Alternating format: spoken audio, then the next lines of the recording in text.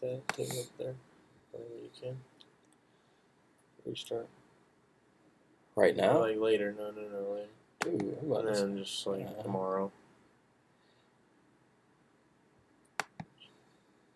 Alright, it's building up. Oh, we are live. Stream here. Nobody's watching. 8 minutes in.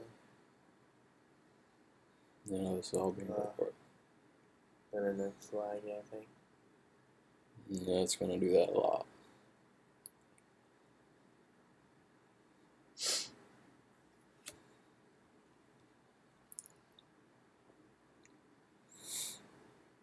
I'm going to give this a minute and get some folks on here. We'll go over these redfish tactics.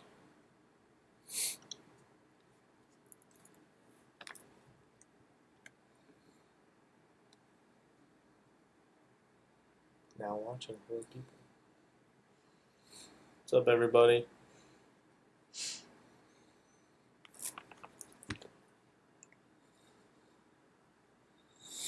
Hey guys, so while we're waiting, on YouTube to let you guys and alert you guys to the live stream, just want to let you know that we're going to be talking about Redfish Tactics this evening because it's been a popular request. And I have a guest with me by the name of Chris. You might know him from BYA, that's his fishing page. So he'll be with us to help answer any questions you guys might have. Feed's super choppy. It's showing that the stream is good on my end, but we are actually at a hotel, so it is definitely possible. A traveling fisherman. I appreciate the feedback. Hopefully, as the stream goes, it'll kind of pick itself up. No, see, now it's minor issues.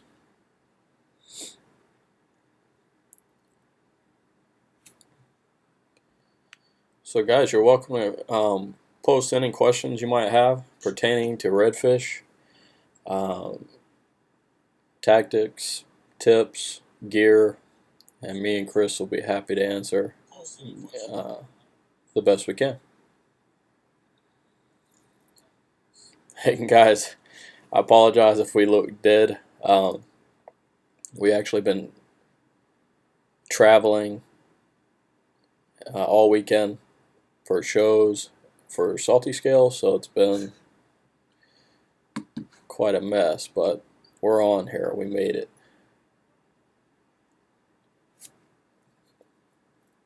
So are you guys still, is it real choppy still?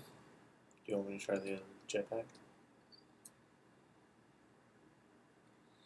Yeah, because there's a major lag. Do you want me to try that? We might have to.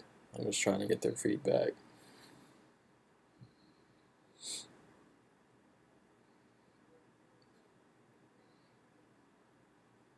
Yeah. Texas, how's it going?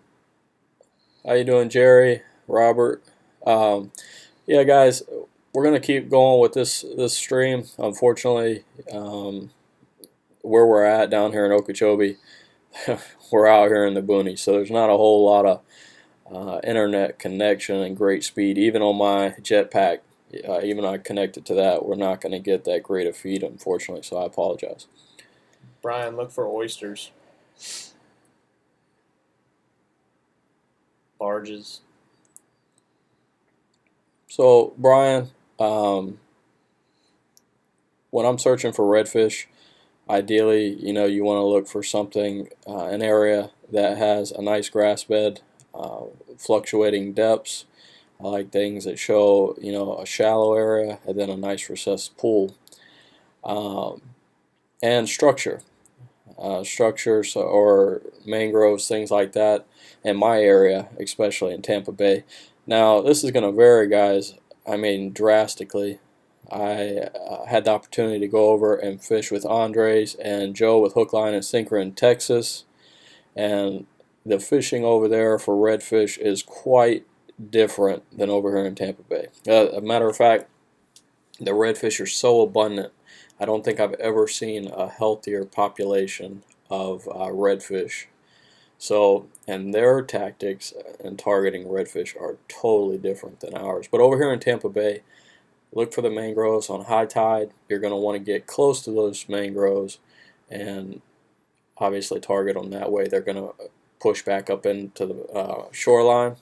And then on low tide, you're going to fish the deep holes and deeper water in front of the mouths of the rivers and cuts like that. I know in North Florida they just chase massive schools along the beach all day long because they don't really have mangroves like we do in Central Florida and more towards South Florida. Hey, Jits Player 619, how you doing, buddy? North Florida Slayer, welcome aboard.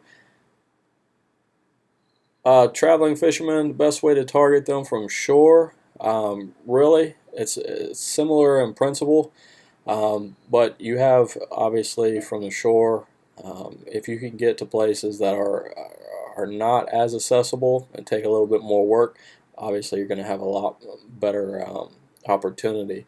So what I like to do is find a place that I have to hike through the mangroves, get through the sticky parts, the sand, the mud, and then start my wading and find a nice healthy grass flat. Like for example, over in Fort DeSoto, we have a lot of those type of areas, and look for a healthy grass bed and go out there and target them, looking for the deeper pockets.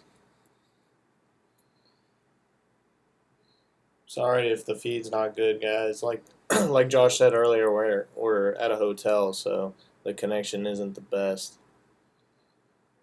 Is the stream so bad that you can't make out what we're saying? Yeah, please leave feedback, guys. It's just now clicking over to 10 o'clock, so before people get in here, we'd like to try and stabilize the internet to where you guys can at least hear what we're saying.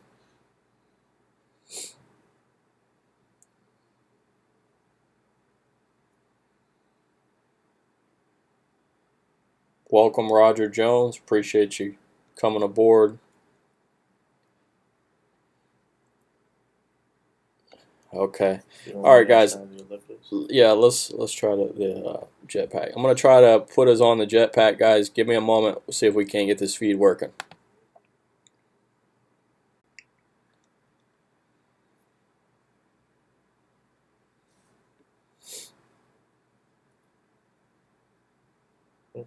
So it's healthy now. So hopefully it'll get in and it'll do its thing. All right, guys. So we restarted.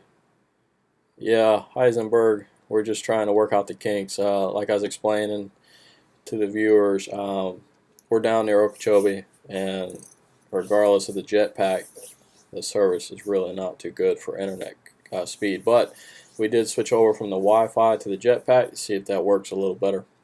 Let me know, guys, if you can hear us. I know I lost a good bunch of you just a moment ago, so I'll let you come back on. You can hear us now. Now we gotta wait for everybody to come back in because it was lagging so much.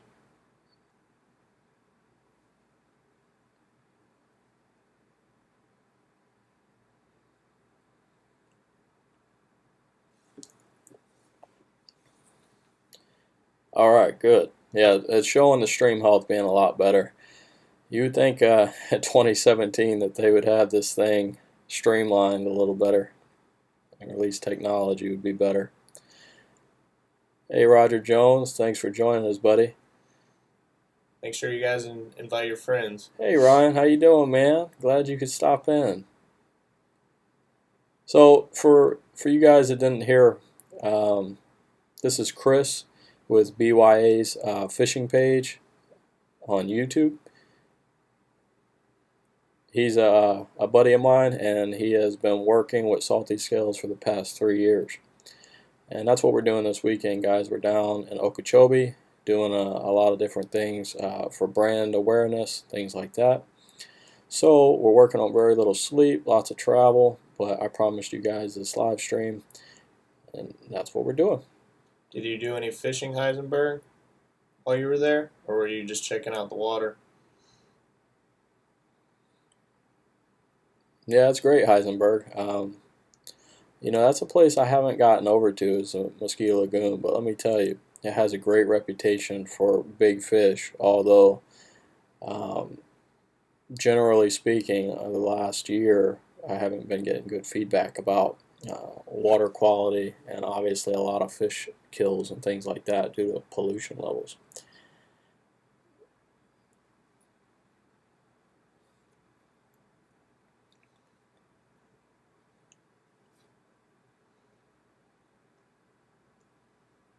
Our stream, we're losing our stream again.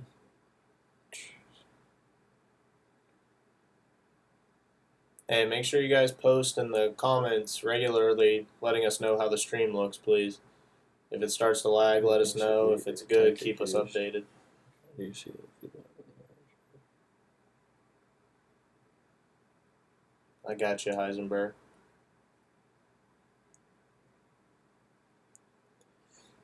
Yeah, Robert.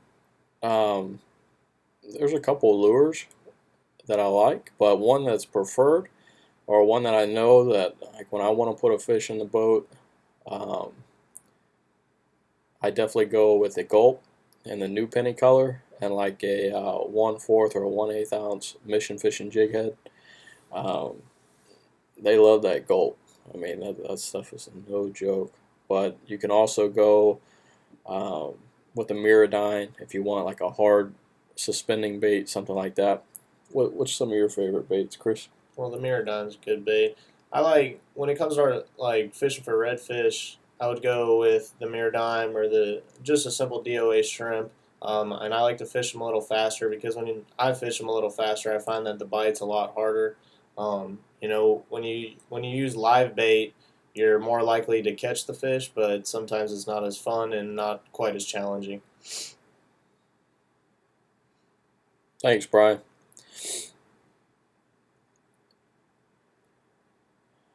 All right, people are starting to come in now. So, like I said, the reason we chose this topic, guys, is because it's one that we get a lot of. I've gotten a lot of private messages in regards to a lot of questions about redfish, things like that. Yeah, Roger. Honestly, what exactly are you having problems with when it's windy? Are you having trouble seeing them, or just catching them in general? Because typically, wind doesn't, besides sight casting for them, it doesn't prohibit us from catching. If it's that big of an issue, I would just hunker down and try and chum them up a little bit. I agree, Heisenberg. It's definitely a good choice, a good option when you want to put them in the boat. Stephanie, that's weird. Everybody else is reporting the feed is working.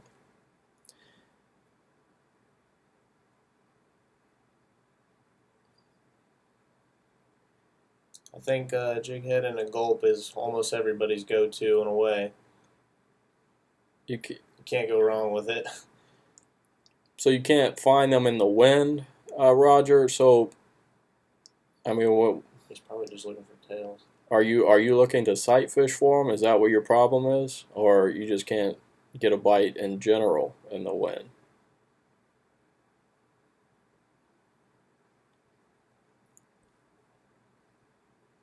It would help too if you specified how strong the wind is.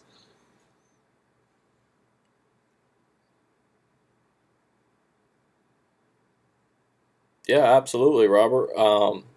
I was introduced to down south lures in Texas. They're very popular over there, and that's what we threw, and we caught them. But like I said, that style of fishing is completely different than the style of fishing that we have in Tampa. We were literally running in like 5 inches of water. We'd stop on a dime and cast into a school of redfish, and it was the down south lures. New England Bass, how you doing, buddy? Ryan, yeah, fishing oyster bars is great. I mentioned it a little bit in the last live feed. Going out on the negative low tides allow you to find a lot of those oyster beds that you might not be able to see visually when the tide's high. But going out there and targeting them on high tides with shrimp and other crustaceans is a great way to fish for the redfish. And the way I typically like to do that is free lining a shrimp, utilizing about 30-pound fluorocarbon leader and a 1/0 circle hook. I mean, a lot of people are Bennett. A lot of people fish a DOA shrimp just under a popping cork. They stay jerking at it a lot. You can even free line it. Just it depends on how fast you want to fish it. All on your style of fishing. Hey Bennett, how you doing? Thanks for the question. The DOA shrimp is very popular. I actually use it a lot, more so for trout than redfish. But the cadence that you want to use has a lot to do with water clarity, how hot or cold it is. But typically, you want to give it a nice little cadence, work it right off the bottom, let it sit. And guys, these fish really respond to some type of scent. So utilizing something like Procure or Gulp Spray, something like that, is really going to be effective for you when you're out there. So make sure you're using that added scent.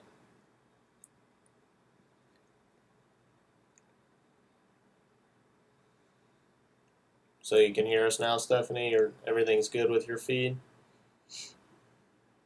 And by the way, Bennett, I just want to add that that electric or nuclear chicken DOA shrimp, if you haven't tried that for the trout, it is absolutely amazing. That thing is on fire. I mean, you take it out there on a nice high tide, fish the grass flats with that, you will slay some trout. Daniel, I don't know if you do any freshwater fishing, but to answer your question about swim baits, for saltwater, my go-to is any DOA swim bait, but I know a lot of people use the gamblers for saltwater as well, and they probably make some of the best swim baits out of any company that I've personally ever used. They're pretty hardy and they have great action in the water. Hey, Fisher Glenn, thanks for the comment. Yeah, sheepshead are very abundant, but what we're having a problem is in my area this time of year is finding the fiddler crabs. For some reason, there's an amazing shortage. I've spoken to many of the bait shop owners in the area, and they claim that it's too cold of a winter to find these fiddler crabs, which I think we all know that isn't true. I just think there's not an abundance of fiddler crabs this year, so they're not going out and wasting their time to find them. But with that being said, any of the bridges, especially like in the Alafia, Little Manatee, anywhere that there's structure or a bridge piling, you could pretty much bet that there's going to be sheepshead. Now, ideally, what you want to do is try to chum them up, get them to come around the pilings, and then start targeting. What do you think about the question about the freshwater going over saltwater baits? Where Right there, Brian.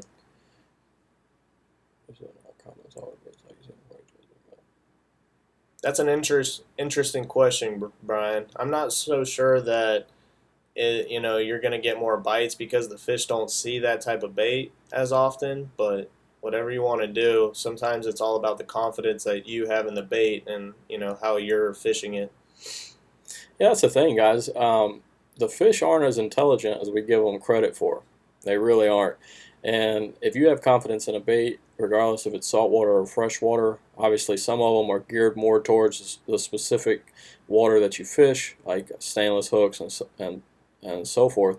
But those fish aren't that smart. Throw it and you'll be surprised. You may just catch what you're looking for. Dino, I do chum, especially when, live bait fishing, utilizing the plastic bat, shake them up, give them a little stir, toss them out, and what that'll do, and what you want to make sure you're not over chumming, because obviously they'll fill up quick, and chumming will get them, pull them from cover, and that's what I like to use it for, and it also gets them in that feeding frenzy. Hey Nicholas, best live baits for red, my favorite will be between the shrimp and of course either the threadfin or your regular greenbacks. Oh, Daniel, you're missing out if you aren't fishing the freshwater. It's good stuff, buddy. But saltwater's a lot of fun. It's a good change of pace when you go from salt to fresh or fresh to salt. It's a almost a totally different world. Yeah, Heisenberg. I actually got a spinnerbait for redfish in my last, not my last box, but my last saltwater box, and I've been meaning to get out there. But as you guys know, redfish are very keen on spoons. So any type of blade or vibration with a flash, a gold spoon, it's definitely going to attract redfish. Snooker redfish, Josh. What's That's a that? good question. Jit Jits player. Or no, Tyler. My fault. Tyler, more fun to catch snook or redfish? I personally like the bulldog pull of the redfish, but the snook, they're jumpers, so it just depends. I think the redfish pull a little harder, but the snook are definitely more fun to watch. Jizz player, I personally like to throw as light of a jig head as possible. It gives that subtle presentation, and I just find more success with like a quarter or a 1/8 ounce jig head. Glad you could be featured on the page, Court. Hey, Court. Yeah, buddy. That was an awesome picture, you guys. I appreciate you sending it in, and that's a impressive catch that you had. You're welcome, Dino. I never have, Ryan. I don't know about Josh. No, I haven't, Ryan. Is that where you're primarily fishing? Best, hey, Senko, how you doing? The best topwater hard bait for reds, snook, and trout. If I had to pick one, it would be the spook. Yeah, any kind of spook, guys. Walk the dog. Yeah, the spook and bone color. I mean, especially in low light, you can't go wrong with that. I mean, the spook is just proven, tried, and I've caught a ton of fish on that top water. Heisenberg agrees.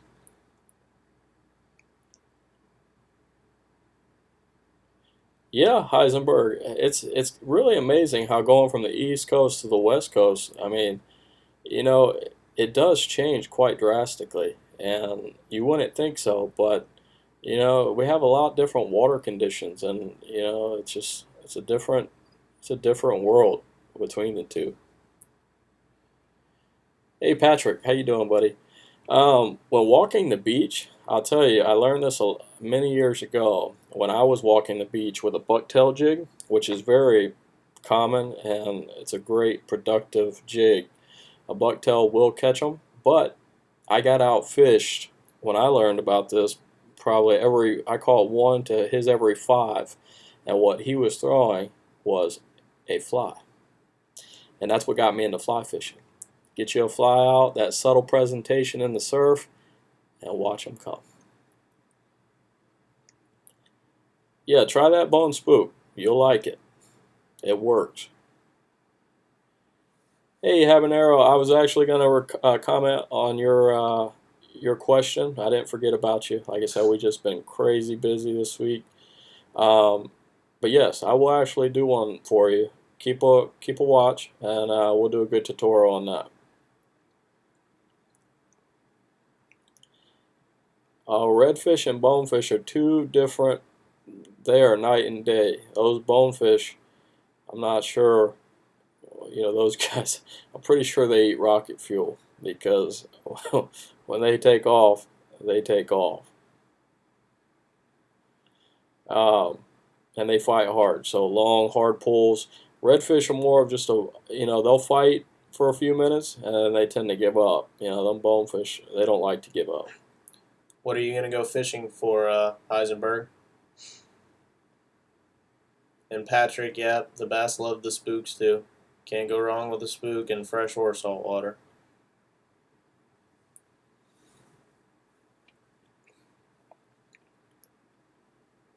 I have heard a lot of people use Senkos too for redfish, Heisenberg. I personally never have tried a Senko in salt water. Well, I have tried, I think, but not necessarily targeting anything in specific. But Senko's one of my go-tos when it comes to freshwater. Hey, Stephanie, redfish aren't very prevalent down in the Keys. I mean, you can catch them, but it's really not a prime targeted fish. But Island Morada would be where I would start, in that backcountry Move up into the Everglades. and into the Everglades, yeah.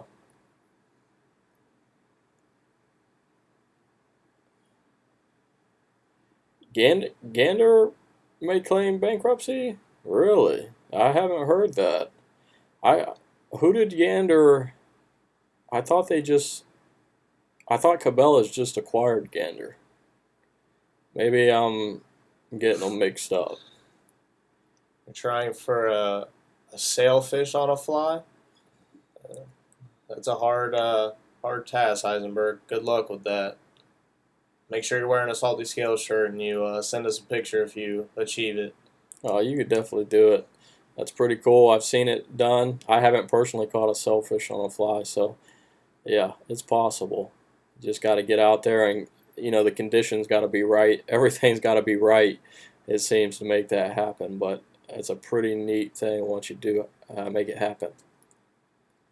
Hey Patrick, I've never used a chatterbait salt, but I'll tell you, this year I built a lot of confidence with the chatterbait in freshwater, and I'll tell you, they're one of the go-to baits for me. Personally, I'm not a huge fan of There you chatterbaits go, for Heisenberg. freshwater, so I would never revert it to saltwater, to be honest. But that's just personal preference. I would prefer to just go with a typical spinner bait. Hey Tyler, best tasting saltwater fish that I catch most often. Honestly, um, my favorite would be mahi. That's my favorite between mahi and hogfish. But for me, redfish and trout are my favorite, and just blackened, just fresh blackened redfish or trout. You can't go wrong with that. That's right, Heisenberg. That's right. Hey Alvin, I appreciate you stopping in, man. It's always good to see you, buddy.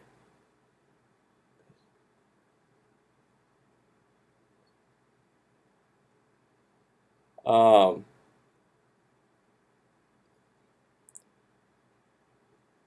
huh. Hey, I like you cheering on Heisenberg, Dino. Hey, Jets player, you could target quite a bit from the Skyway right now. I hear that there is a huge influx of mackerel invading over there, and this is about that time. So a lot of the pelagics are going to start moving in, and it's going to get crazy over there for a couple months. You're going to have bonita, mackerel, all kinds of good stuff. Of course, the tarpon, they'll be here soon, and large numbers, I should say. Do you like bait casters for salt? Yeah, actually, I don't mind them. If they're rated for saltwater, I don't mind them at all. They're, especially 13 Fishing's Concept E, the drag on that was truly impressive. I don't know if you guys watched my video on trying to catch a shark with a bass rod, but that reel, it did perform very, very well. And it stopped a lot of fish in their tracks. I didn't post all the videos, but the ones that we caught, it did its job just fine. I love it. That would be the only con I would say to use a bait caster for saltwater if you're trying to take one from fresh to saltwater. Yeah, just look at the drag ratios and make sure it's rated, for bigger fish. Yeah, that and the main thing is making sure the components are good for saltwater conditions because as you know, saltwater is super corrosive and it'll eat up your gear really quick if not. Hey Bennett, I make my shark rigs. I don't purchase pre-rigged ones. It's probably just because I've always done it, where I made my own, and I like doing that type of thing. Another chatterbait fisherman. Backyard boys, you're welcome, buddy. I appreciate you sharing that picture on Instagram. Tyler, I like Shimano, but personally, I would go with Pin over Shimano, but that's just personal preference because I don't like to spend all the money on the Shimanos. Oh, definitely don't listen to Chris on that one. Josh loves his Shimano. Shimano. But all seriousness, they're both great brands. Shimano, if you're, if you like the durability but the smoothness, Shimano's the way to go. Penn, they're just built like tanks, so they'll get you through and they'll last forever if you take care of them. Yeah, as long as you take care of your gear, guys, you can't go wrong really with a lot of brands. Just take care of them. They'll take care of you how you take care of them. That's how I always go about it. Yeah, Heisenberg, honestly, Bass Pro has been kind of disappointing me a little bit. I love their store. I love, that it, it tries to cater, to all fishermen and really bring in a diverse selection of lures and rods and tackle. But it seems like the more and more I've been going in there, the fewer things they've had that I've actually needed or wanted. So it's been disappointing. How's the stream for you guys? Is it still good connection? It seems like everything's going pretty good.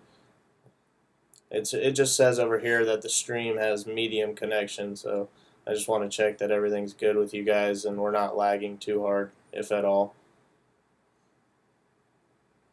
Hey, I also want to take a minute, guys, to let you all know Thanks, Rudy. that I appreciate your comments and your interaction on the page. I notice it's picked up quite a bit more, and I've been posting a lot of videos, guys, and I'm trying to get it to where I post 3 or 4 a week. Um, and I don't know if you noticed, I've been on a bass run lately. I've had that bass fever lately, so been doing a lot of freshwater fishing, trying to get that trophy. Not to get off tangent. All right, guys, I'm glad the stream's working. C-Dub, you fish. C-Dub, Chris has fished Crystal River. Wait a minute. Crystal River? Yeah, I haven't fished Crystal River too much. you and Matt fished it. When did we fish Crystal River? I'm trying to think. Hold on, C Dub. I'm trying to think. Heisenberg, we do get triple tail, but they could be spotty. Inside the bay, they're less likely to fall into them. But around the buoys and stuff, if you're cautious and you ride up on them, oftentimes you'll see them there.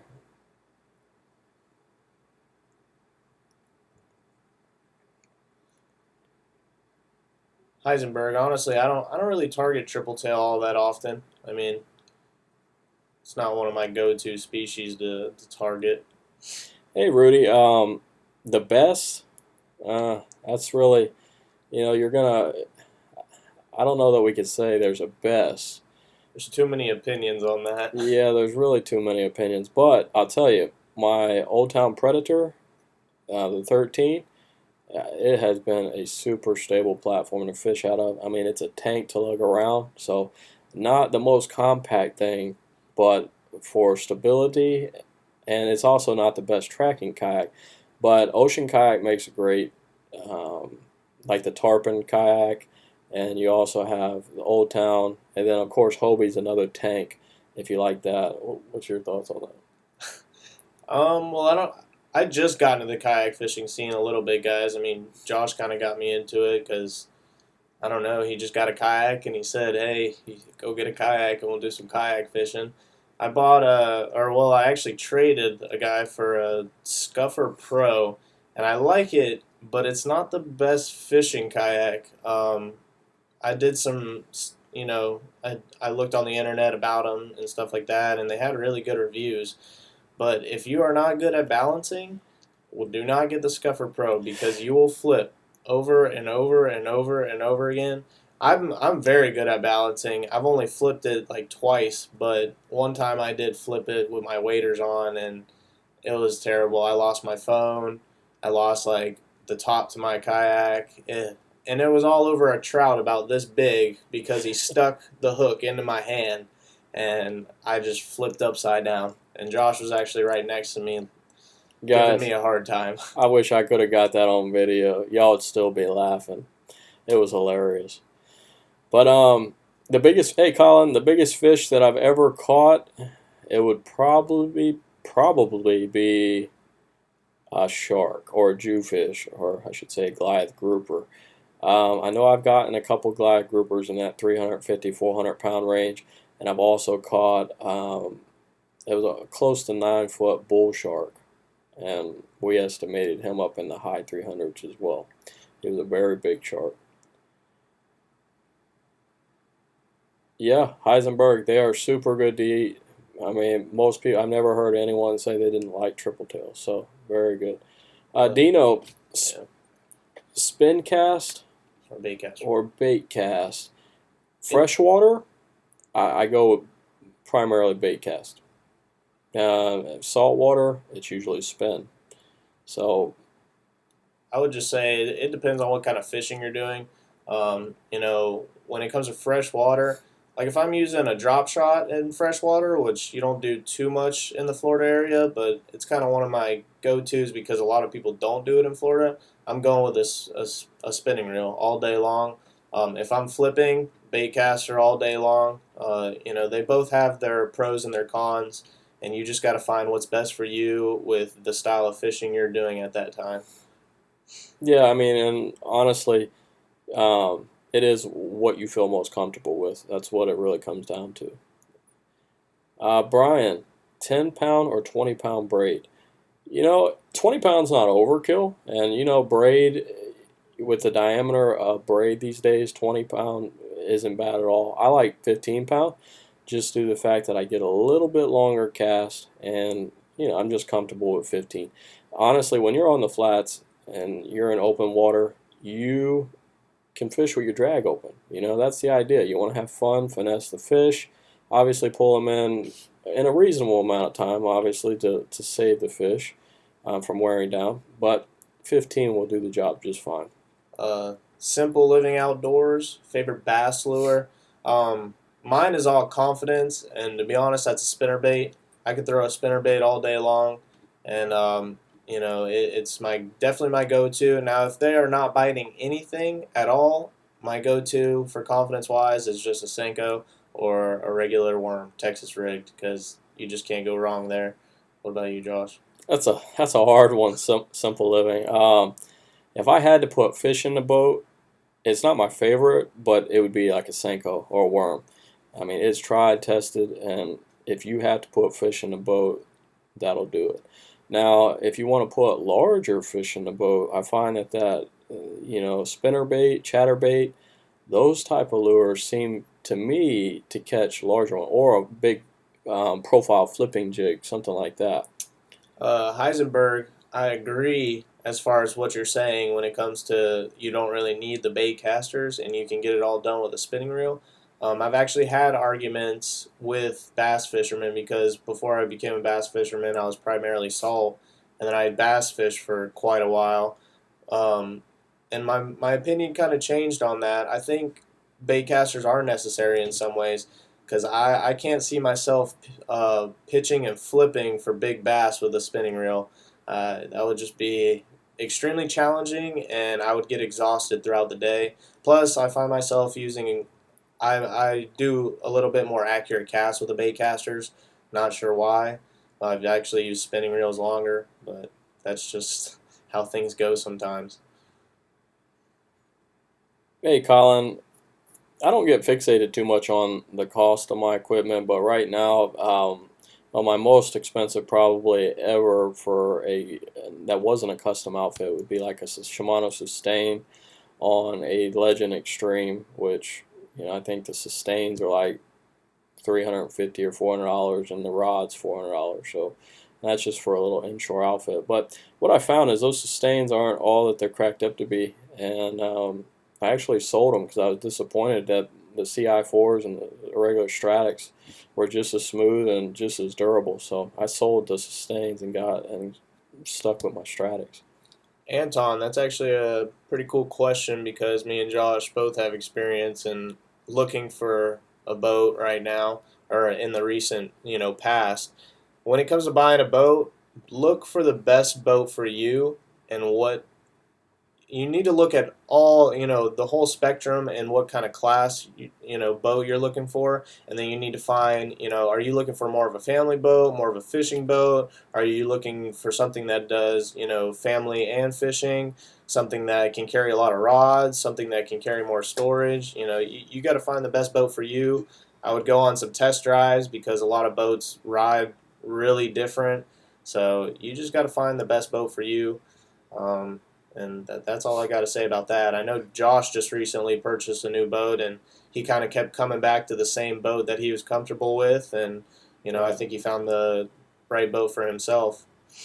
Yeah, I mean, honestly, go out, make sure you test drive them, make sure you see, how shallow they draft, if that's what your goal is to fish inshore. If you're wanting a bay boat or a hybrid, one that can do a little bit of both. So ideally, that's your first thing you want to figure out. I mean, do you want something with a deep V hole, or do you want a tunnel hole, something that's going to draft super shallow? But that's why I picked the Redfisher, because it has a deeper V hole, so I can run, into the bay, and I could catch bait or I could troll for grouper, but I can also get through the chop without being beat to death. You want to still be able to fill your kidneys, and that boat allows me to do that and also draft in like 10 inches of water. So, and it allows me to take it off into the fresh water. And obviously, if I never need to resell it, the resale value is great. So look for that in your boat brand, whether it be whatever it is. And if you're buying a used boat,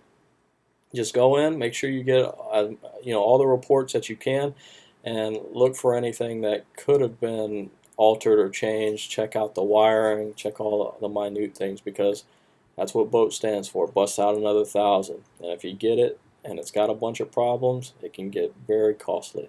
C Dub, where are you located? That'd be interesting to know. I don't know if Josh knows where you're located, but I don't. And Anton, thanks for the question, and we appreciate the feedback. Post down in the comments what kind of boats you're looking at now, and we can give our 2 cents about it. Personally, I like boats, so. Dino, I do plan on doing collabs in the future. I definitely plan on getting to that point, and we're looking forward to what we're going to be doing here. The Guggen Squad, I don't really have a lot of contact with Guggen Squad. Andrew Flair is the only one that I really interact with on a somewhat regular basis. I don't really ever bin it. I don't really ever target barracuda. They kind of every time I've caught a barracuda, they've kind of come my way when I was fishing for something else. But they're always a surprise fish, and a lot of people classify them as a trash fish, but I don't really. I find them very fun to catch.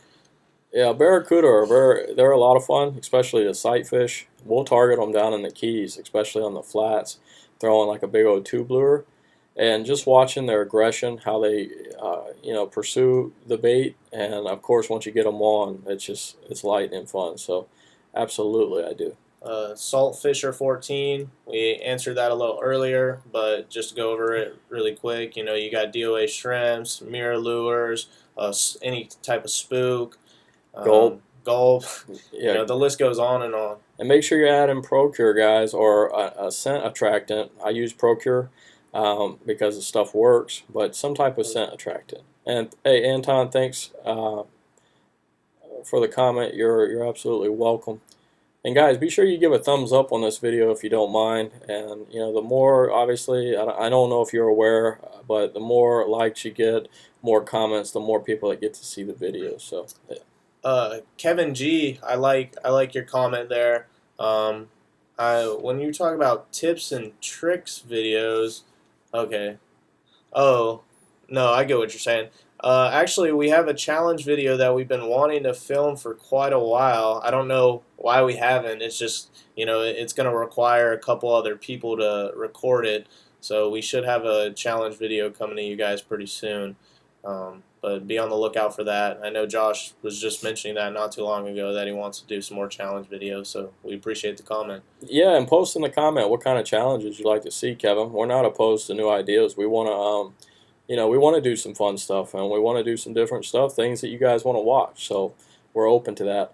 Hey, Heisenberg, that's the thing, and you want to find that boat that, meets your specific need. If you're a reef fisherman, I definitely want to advise, getting a redfish or a flats boat or a backcountry boat. So absolutely, you definitely want to go out and ride in them, test them. And little minute things, guys, like do you want trim tabs? It's little things on the boat. You want to customize the boat for yourself and what you want it to do, the best. What kind of bay boat are you in now, Heisenberg? 35 bait casters. Yeah, that sounds about right, Mr. Wilson. Yeah, us guys, we get into them and we just keep on spending the money. I mean, you can buy as many bait casters as you want, man. Is 35 bait casters enough? I would say yeah. Well, if you have like all really high ratio bait casters, I mean, you're gonna have to mix it up. You have to have a wide variety. So, I mean, it just depends what kind of bait casters they are. Yeah, I mean, you want to obviously different applications, different gear ratio. You got your lower gear ratios for your crankbaits, your spinner baits, higher gear ratios for your worms, things like that. So as long as you have the different ones, you're flipping. Honestly, all you need probably is about 5 to 6 nice rod and reels for that. Your different applications there. Outdoor adventure. I'm not sure if you're saying the water temperature is 40 to 50, but I don't know where you live in Florida. Even when it's 40 and 50, just the air temperature, uh, you really got to slow down the fish, especially in Florida, because you just got to slow down the fishing. But a Senko or just anything that's very, very slow because the fish in Florida kind of get lockjaw when the temperatures drop very drastically. Yeah, just remember, guys, wintertime fishing. When you think you're, fishing slow enough, fish a little slower because those fish are lethargic. C Dub, you're still here. Man, I can't remember fishing Crystal River, if at all. I'm not sure, Well, that's where he's saying he's fishing right now. Well, who knows, C-Dub? Maybe we'll do a collab one of these days. That's where. Oh, that was okay. I got you. Sail Fisher, I appreciate that comment, buddy. Yes, Anton, you will be. If you can't watch it now, it'll be it's being recorded, so you'll be able to come back and review everything here. I have reef fished in the Keys.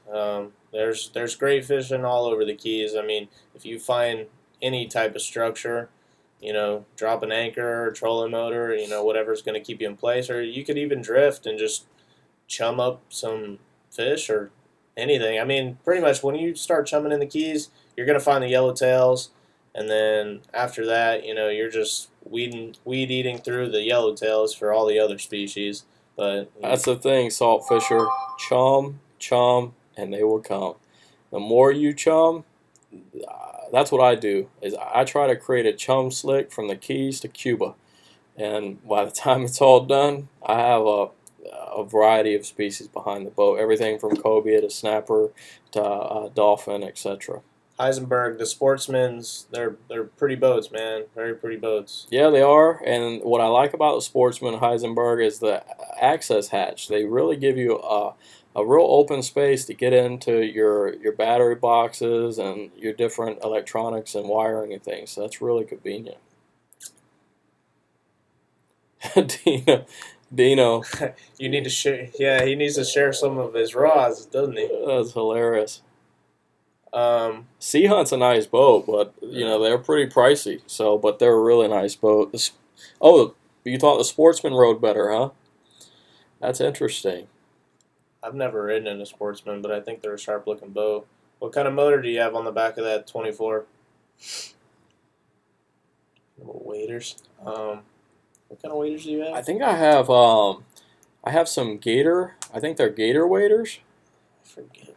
is the name, and I have some redhead waders that I got at Bass Pro. Those things work great. They don't have a huge, they're not insulated real thick, obviously, because our water isn't too terribly cold, but they do the job really well. I just have one of the cheaper pairs of waders from Bass Pro, and they do the job perfectly fine. So you don't need any. Oh, you don't need overkill sometimes. Sometimes just go with something simple and take care of it. And like I said earlier, it'll take care of you. Nolan, I've had it to where honestly, both work very well for different scenarios. If I'm seeing the bass chase shad and pop them at the surface, I'll oftentimes throw that lipless crankbait, and especially that red eye, and they'll kill that thing. But lately, if you're watching my videos, we've been throwing some divers, and that's all they've been wanting to hit. We'll see you, Salt Fisher. Thanks for stopping in. Yeah, thanks for coming in, buddy. As far as the lipless and the square bills, I'm not a huge fan of square bills to begin with, just because I mean, if we're talking bass, you're saying bass. Um, in Florida, when you're using crankbaits, square bills, and stuff like that, me and Josh were literally just having this conversation earlier. You're catching hydrilla, weeds, at least in a lot of the lakes I fish. If you can find the phosphate pits and stuff like that that are a little clearer with rocky bottom, square bills are great to go to, but you can't go wrong with either one. You're going to catch some big bass. I believe it, Heisenberg. I've seen them. That's what's impressive. 300 Yami is a great choice. Nice boat. Bulletproof motor right there. Yeah, absolutely. Outdoors adventure. What color Cinco do you find best? That's the thing. I personally like Junebug, watermelon, or like a peanut butter and jelly color. Black is also a great color. It also depends on the watercolor Yeah, I was gonna say watercolor or clarity. water clarity and the color. If my go-to, if I can't figure out the fish that day, look for a color that kind of matches the water clarity and the color of the water. So if you're looking at really dark water, go with Junebug, a black, something like that. Clear water, watermelon red, always a good flavor, a good color to go to. Stephanie, tank tops. We need some tank tops. They're coming, Stephanie, I promise. Yeah, the Key West, I mean, that's the thing. Don't get too caught up on, the make, model, unless you're looking at resale, that's where that comes in. But, if it meets your needs, that's all that really matters. That's right. Fished off a jet ski? I haven't personally, but I have a buddy, Lee Alamada, over in Hawaii. That's primarily what he fishes off of, and he does just fine. I mean, you could rig those jet skis up. You get super shallow water, and you can rig them up and get in most places. So, yeah, I've never fished off a jet ski before, but I'd like to try. It'd be fun. That's live. Oh, no problem. Outdoors adventure. So I hope you guys are liking these live streams, guys. I want to start doing them more and more, and just to mix it up, get to better know you guys, and vice versa, and obviously to better help you all. But high speed troll wahoo on the jet ski. How fast are we talking? So, I'm not a superstitious type of guy. Go ahead and eat that banana on the boat, man. Eat that banana on the boat, man. You need the potassium. You're gonna cramp out there. Stay hydrated and eat your banana. You're gonna be just fine. Island, y'all can bring one rod, one reel. Oh. Tackle bait. Pick any species of fish. What are you guys taking? All right. That's a pretty wordy question, so give me a second to digest it.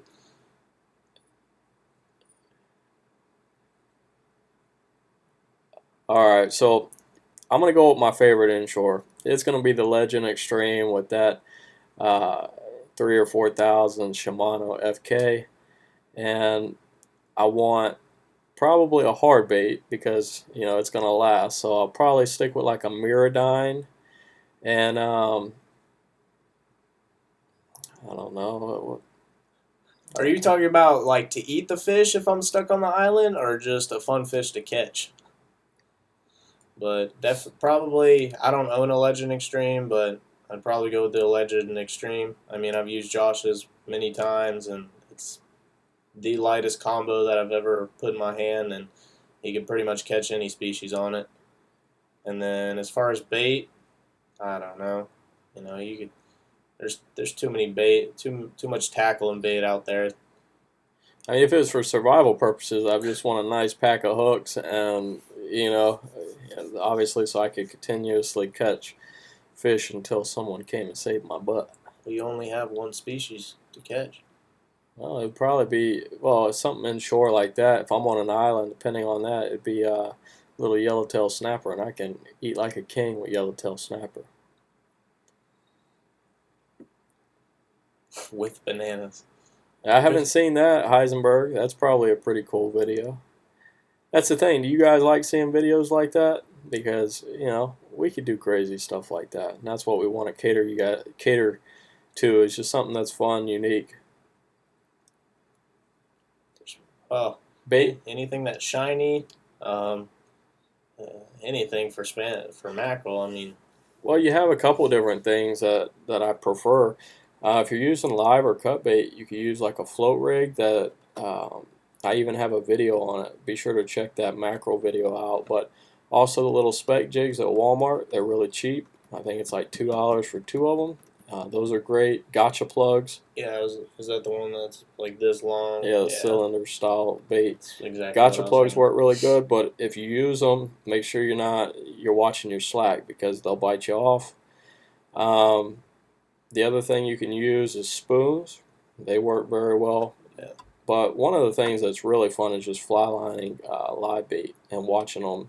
Yeah, make sure you're using a long shank, like a number one or a 1/0 long shank mustad hook, and that way it prevents bite offs. Never seen. Well, every boat has a completely different hull, so that's just that's just how it goes. They can't use the same molds for different kind of boats. They all got to make a different mold.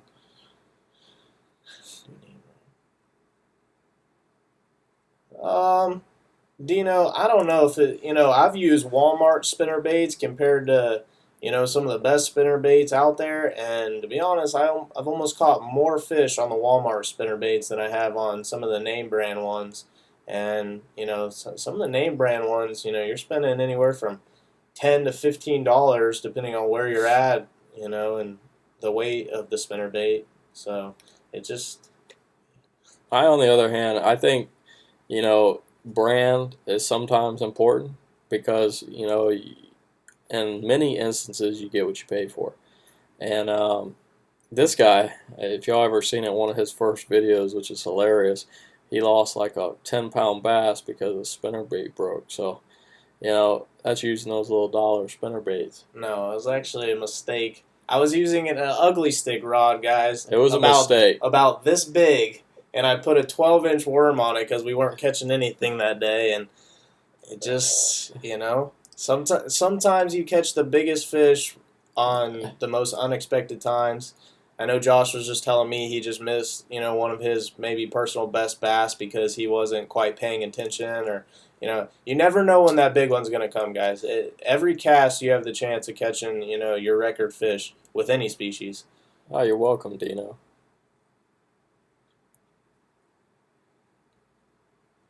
Yeah, Anton, I don't like killing snook. I mean, this is a personal thing. I don't disagree with it, guys. We have regulations for a reason. And during the season, once it's open, if you want to catch and eat if it's legal, I have no problem with that. I personally do not kill and eat bass. I don't kill and eat snook in my area because in 2009 we had a really hard freeze and we lost a ton of snook, and I mean a ton. It looked like a massacre. But so for that reason, I personally let the snook go in my region. Now there's other areas of the state that the population's a lot healthier. Snook tastes delicious. Yeah, I kind of agree with Josh there. I mean, snook are in our region in the Tampa Bay area, they're such a prize fish, especially the big ones. And they're very pretty fish, and you know that they've been there for a while and they've lived through the freeze and stuff like that. So I don't really kill and eat the snook. As far as bass, I'll eat some bass, but only the small ones. Once you're looking at over 4 or 5 pounds, I don't think you should be killing them. Because that fish could grow up to be somebody's 10-pounder. Yeah, and I mean, you just have to take into account, how old these fish are when they get to those sizes. I mean, you're talking, some of those are, 10, 15-year-old fish. And, that, in my opinion, they've lived that long. There's other fish that are, I think, more edible, or that I would prefer to eat, like trout, things like that. That's right, Dino. Every cast does count. That's why every time we're out on the boat and we say, "Oh, this is the last cast," that means about another 10 to 15, sometimes even more. Yeah, Boca Grande, Anton, is it's a healthy fishery, especially for the tarpon. It's obviously famous for its tarpon fishing, but what many don't know is even right here in Tampa Bay, around Egmont Key, we have one of the best tarpon fisheries there are. C Dub, I don't. I don't know. I don't know, man. Maybe you don't even have a Key West. Somebody just put a sticker on the side of it and said it was a Key West. At That's least. funny. Yep, that's right, Dino. At least. So, guys, I'm actually thinking about getting a drone and start giving you some different footage. What do y'all think about that? Would y'all like to see some different shots from different perspectives up above?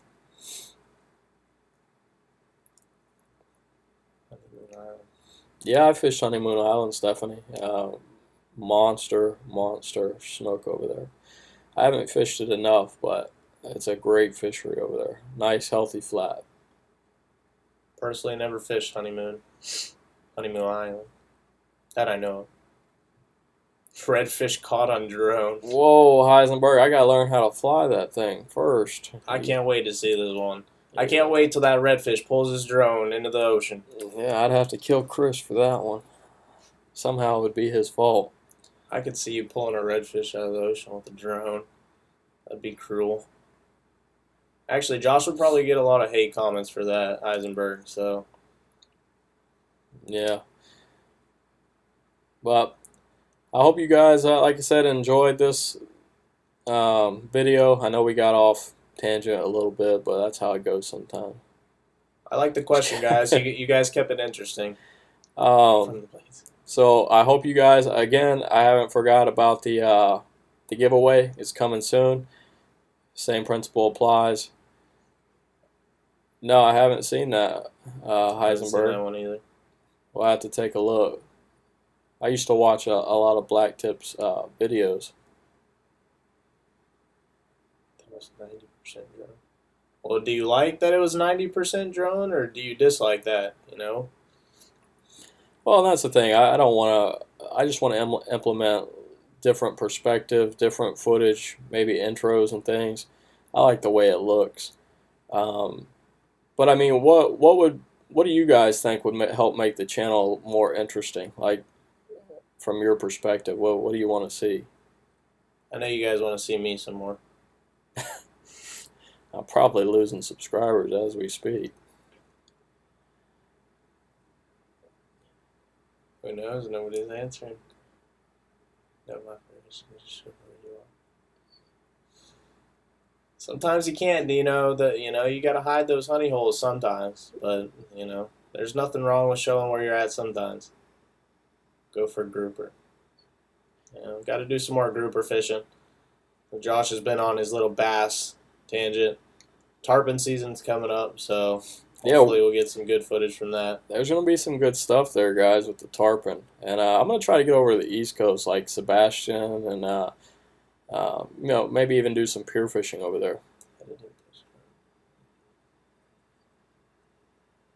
Appreciate the input, Heisenberg. So you don't care much for the freshwater. Oh, so you ain't hitting that like button on my freshwater videos, huh, Heisenberg? I thought we were cool. I appreciate you understanding, Dino. Sometimes, man, you work hard for some of these spots, and you don't want to give them to everybody out there.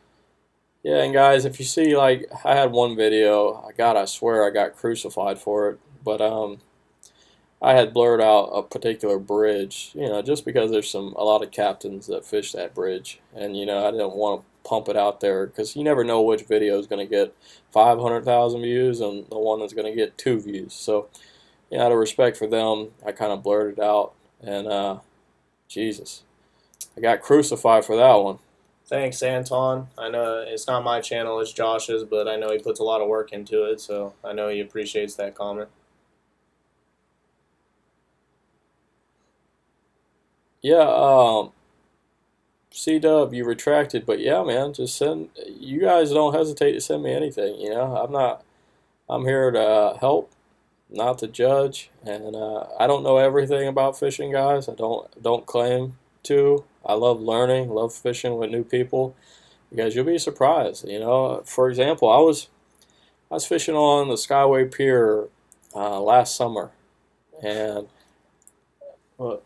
The guy's comment. Yeah, so I was fishing on the pier last summer, and this guy came up next to me, and he had this float, and his hook was like 10 feet below his float, And I said, "Oh, you targeting Spanish mackerel, huh?"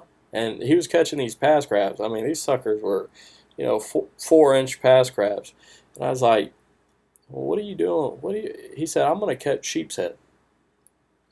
I kind of looked at him like he was crazy. I mean, these pass crabs are, I'm talking like crabs you'd use for tarpon fishing. Anyway, the next thing you know, this guy floats this pass crab out there, and you see this little mini frenzy. Once he gets over the rock piles, you see this little mini frenzy on top of the water. And I'm like, those don't look like mackerel. Sure enough, next thing you know, this guy's hooked up with a sheep's head. So try not to judge, be open minded. I know from that perspective, from that point on, I definitely try to keep an open mind because that was truly impressive. And I'll be dang if I didn't go ahead and grab a pass crab and balloon it out and catch a sheep's head. Yeah, no, I completely agree with Josh there. Everybody has completely different cadences. It's just learn from other people. Share the wealth, share your knowledge too. You don't have to share all your spots, but share what you know because you never know what they're going to give you, and that could be your go-to style of fishing or your go-to bait one day. So, just keep an open mind when it comes to that. And then simple living outdoors. I love your comment, man. That's what made me laugh. I love his father-in-law. I wasn't there the day he was messing with his father-in-law, but I know his father-in-law, and we've been fishing before, and he cracks me up every time. Hey, simple living. Let me tell you, he was pissed. I mean, he did not know the entire time, and I didn't tell him. But when we got to the house, I plugged in the GoPro, and he watched the video for a good minute. And it took him a few minutes to even catch on what was transpiring. And when he figured out that I was tapping that rod for an hour that day, he was pissed. So it was hilarious. I probably cried laughing for about an hour after that. Uh, Dino, I see what you're trying to do there. That sure would be nice, Dino. Hey, who knows? If you guys start commenting more on a regular basis, I might do something like that here in the near future, Dino. He's not lying. You never know.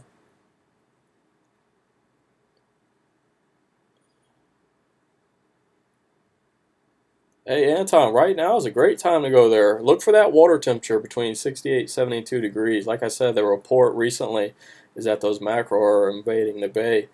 Um, and they're coming in at an alarming rate. Just get a chum bag and catch some greenbacks, chop them up, put them in that chum bag, and just throw out a little handful here and there, and free line one of them greenbacks behind your chum slit. You'll get them. Yeah, no, the Bay Area is flourishing with Spanish mackerel, so you should be able to catch some. I know you tried, Dino. You tried. Hey, Dino, we don't mind giving, buddy, but you know you got to give a little too. Shoot, Well, I wouldn't go right now, Anton. yeah. I mean, you can if you Actually, want. sunrise bite would probably be pretty good. You got early bird gets the worm, Anton. Kevin G. As far as fishing goes, the moment I was born, so that's just how it went. Always just was raised fishing and on a boat. The first memory I have when I started fishing was on a bank with my grandfather. I was probably 5 years old. So great memories, and I hope you guys, if you have children, I really hope you introduce fishing and just outdoors. Once that's instilled in you, it changes your way of thinking and your whole perspective on a lot of different things. It makes you understand that there's a bigger picture in life. I don't want to get too. Hey, Heisenberg, you're pretty active with the page then. Have kicked me off the boat. Well, it's Josh's boat, so I don't know if his father-in-law could have kicked him off. I bet you he would have tried though. Hey, comment below if you want to see Josh mess with him a little bit more. Oh, he's already mad at me, guys, because I prank him all the time. I'm a prankster at heart. Hopefully he'll push Josh off the boat and he'll have it on GoPro. Oh, Heisenberg, that would probably get a lot of comments, but that's the thing. I noticed something, guys, and yeah, even on my last live, feed, I lost some subscribers when I was brutally honest with you guys and said that I was going to pick a winner for my next giveaway based off of how active you guys were with my page. And honestly, that's fine, because if you want to unsubscribe just because I ask you to interact with my page, so be it. You know, it's better for me, it's better for you guys. If you don't want to be here, I don't want you here. And that's the brutal, honest truth. But we want to obviously grow the page. We want to interact, and we want to help you guys. So if you want to be here, we want you here. I don't know, Eric. You tell me what fish is. Dino's trying. What is fish, Eric? No. I think you know what fish is, Eric, but we can help you if you don't. If you're on this live stream, you know what fish is. I think you're trolling me, Eric. I got a few of you guys on here that do that to me every once in a while, keep me on my toes. This is a troll.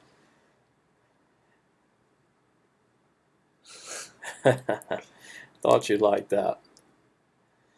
But yeah, so I hope we didn't bore you guys too much. Like I said, we're kind of dead tonight. So seriously. Yeah, Heisenberg, I think I lost 7 subscribers on that last live feed just because I said that I was going to choose randomly based off of interaction on the page. But you guys, you got to understand, I don't think everyone does. If you don't edit YouTube videos, I honestly spend between 3 and 8 hours every video that I post for you guys, unless it's a simple tutorial or an unboxing. Those aren't 8-hour, 4-hour video edits.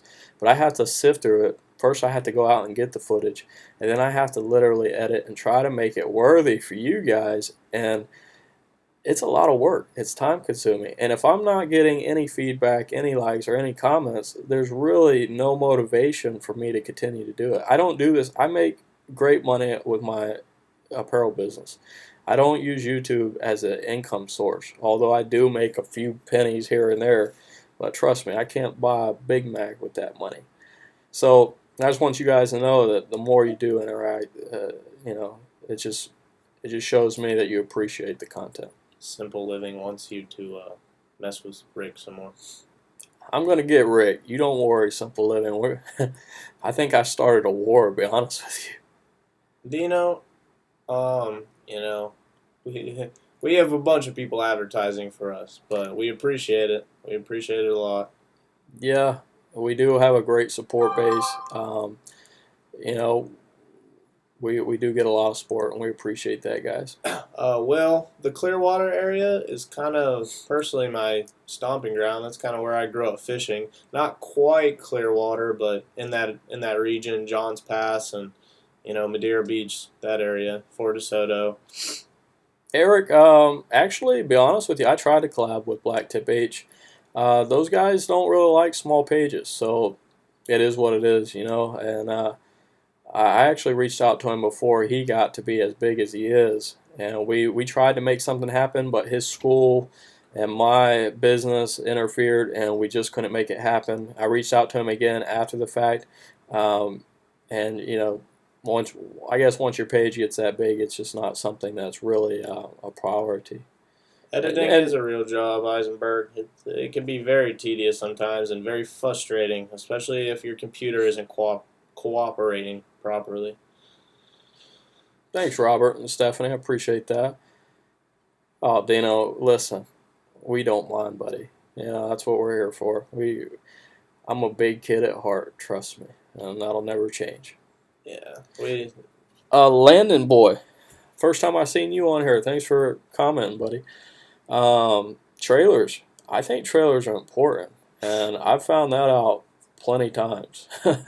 I've missed some fish without using trailers, and I actually probably should use them every time I throw a spinnerbait. What's your thought on that? I don't know. I've personally tried trailers. I don't have any, I don't throw them on there all the time, nor do I. But I will say when you keep getting bites and you're missing them, throw the trailer on, because a lot of the times you're getting short strikes and they're just not getting to it, or maybe, slow down how fast you're reeling it. But I don't think they're necessary, but they are a good tool to use when, you need them.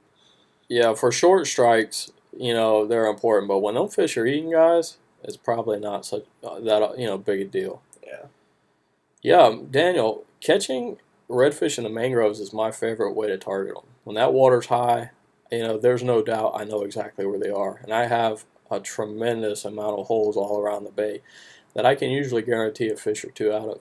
And depending on the water temperature, you go like for in the heat of summer, you cut up some fresh thread fins and chunk it in there, and then just put one of those pieces on a hook, and that's probably the easiest and the best way to catch them.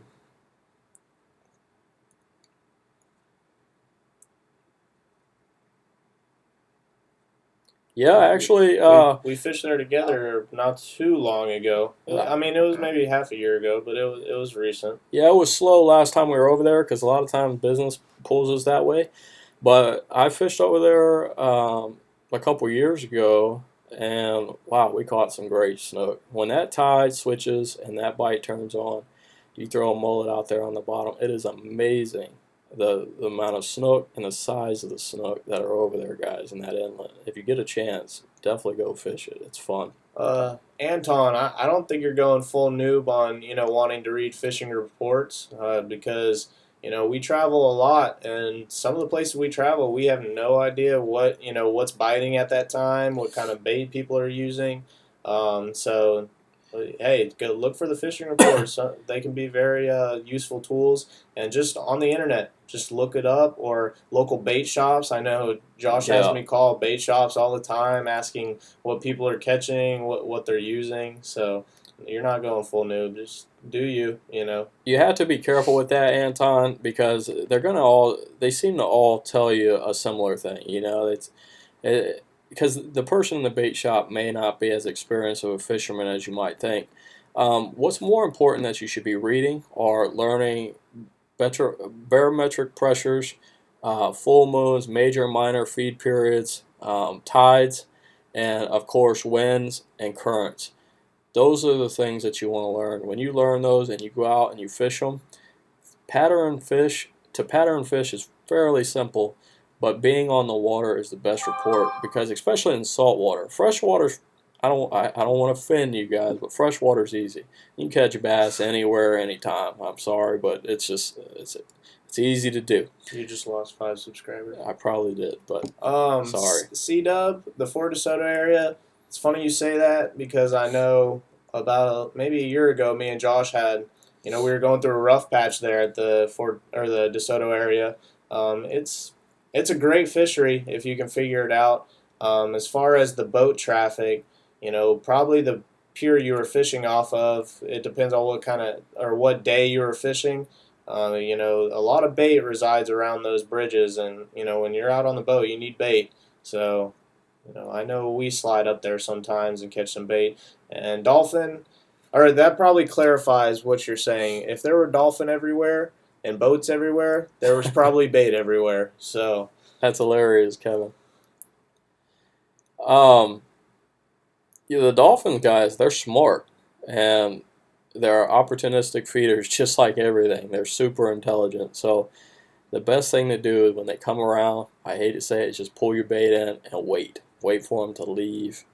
Usually that's what they'll do. If you keep a bait around, they're going to stay around, unfortunately. A lot of cases until they get tired and leave.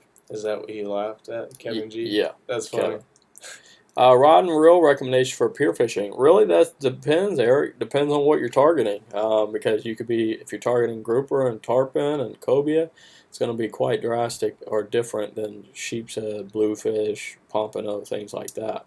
That's the thing, Dino. Like Josh said, sometimes you think. Oh, Kevin just looked at his phone.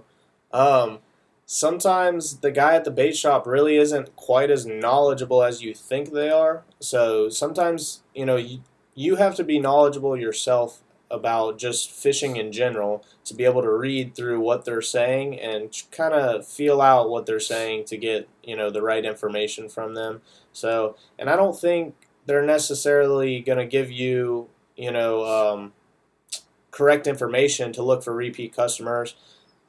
So, I mean, they Well, could. well, Dino, I don't think that they're intentionally doing anything. I think that they tell you what they honestly know in most cases because they want you to come back. They want you to do good, obviously, and they want you to buy from them. But what I'm just saying when I said that was that, not all of them actually fish a lot. They hear a lot from other people that may be just, weekend fishermen or someone that doesn't fish as hardcore as you might fish. So the advice that you get could be a lot different from advice that you get from a captain that fishes 300 days a year and someone who fishes twice a year. Heisenberg. I don't necessarily love watching the dolphins school up redfish because they're eating them, but I've seen some pretty funny videos of redfish schooling up or dolphins schooling up redfish and knocking them 20 feet up into the air. So I know what you're talking about. Kevin, don't worry, man. Popularity ain't all it's cracked up to be. I actually prefer smaller circles, believe it or not. And are you in the Army? If so, we appreciate your service, buddy.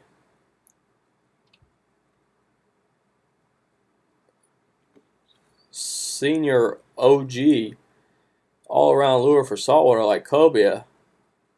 Well, honestly, the lure that I would say for cobia, if you're sight casting for them, would be like eel of some sort, and they're fairly cheap. They're only like $8. That may be true, Eisenberg. I mean, I don't really know.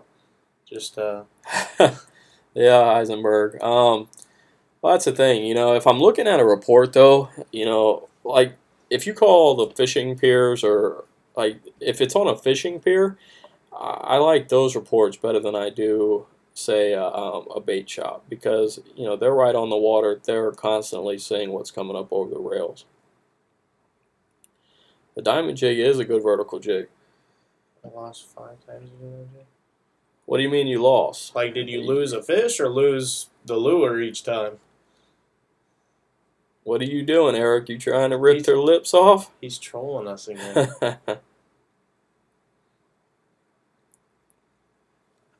So yeah, I'm glad this feed worked, guys, because I wasn't sure it was going to. When I was there, kind of like, oh. Talking about this. Well, cobia, they're going to start really moving in, guys, especially with spring quickly approaching. The best thing I could tell you is the most success that I have is going out to the markers and chumming, or just going to the markers, quietly during the week, and oftentimes you'll see them sitting there, but you don't want to approach that marker too quickly. Amen, Kevin G. Amen. And good luck with ROTC, man. Absolutely. C-Dub, as far as the DeSoto Flats, I know you do, Eric. you just got to get out there, man, and figure them out. They're tricky. I don't even have them figured out. They change all the time. I love playing with you guys. See, I told you he was trolling. Power for short.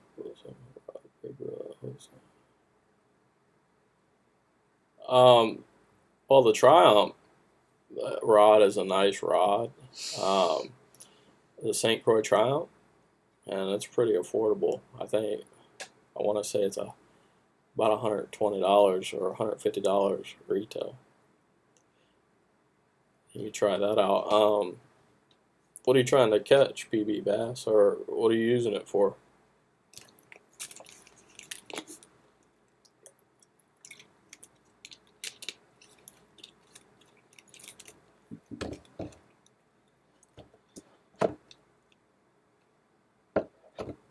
Where'd everybody go? Comments were just blowing up a second ago. Could be lagging. Tarpons and sharks. Yeah, that Triumph would work. One of my favorites that I used to have was a custom Cowstar, and it was actually an 8-foot rod, and I think I spent $250 on it, but I got it custom done with a custom Cowstar blank. So sometimes a custom rod isn't a bad way to go, and you can get it built and designed just the way you want them. Man, Dino, you just don't give up, do you?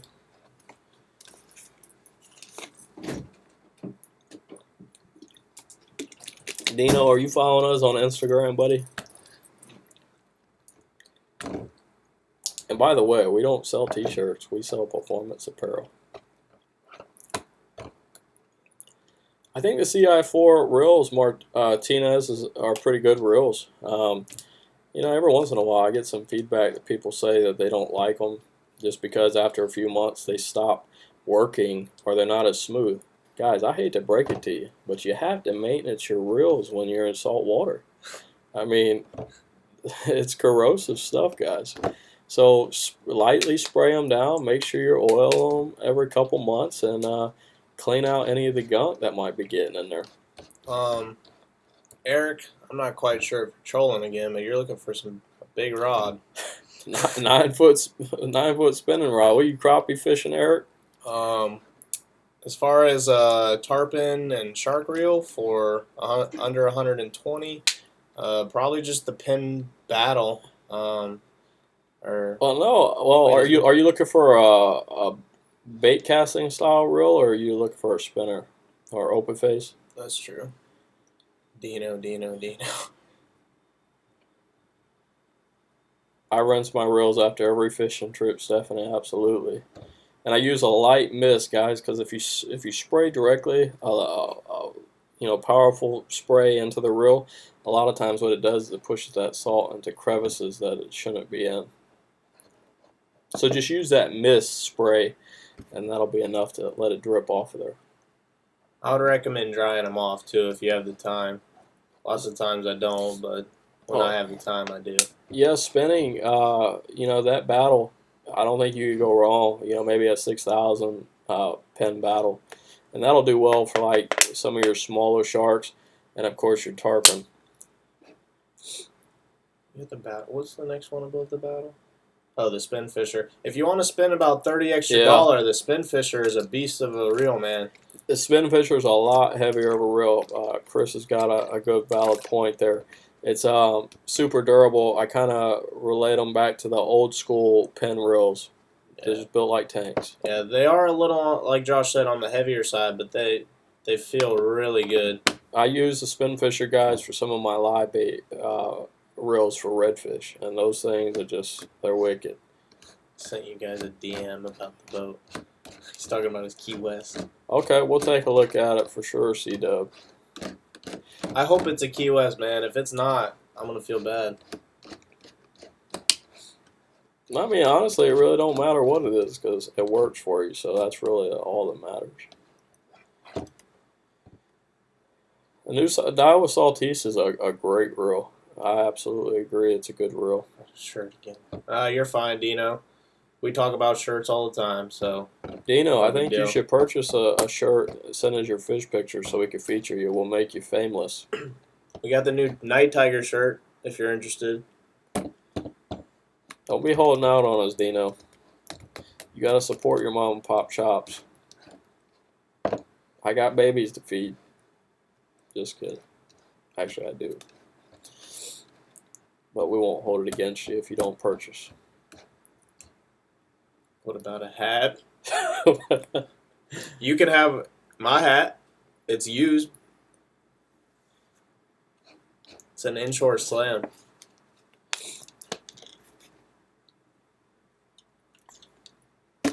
Alright, guys. I guess that's what we're going to wrap it up with.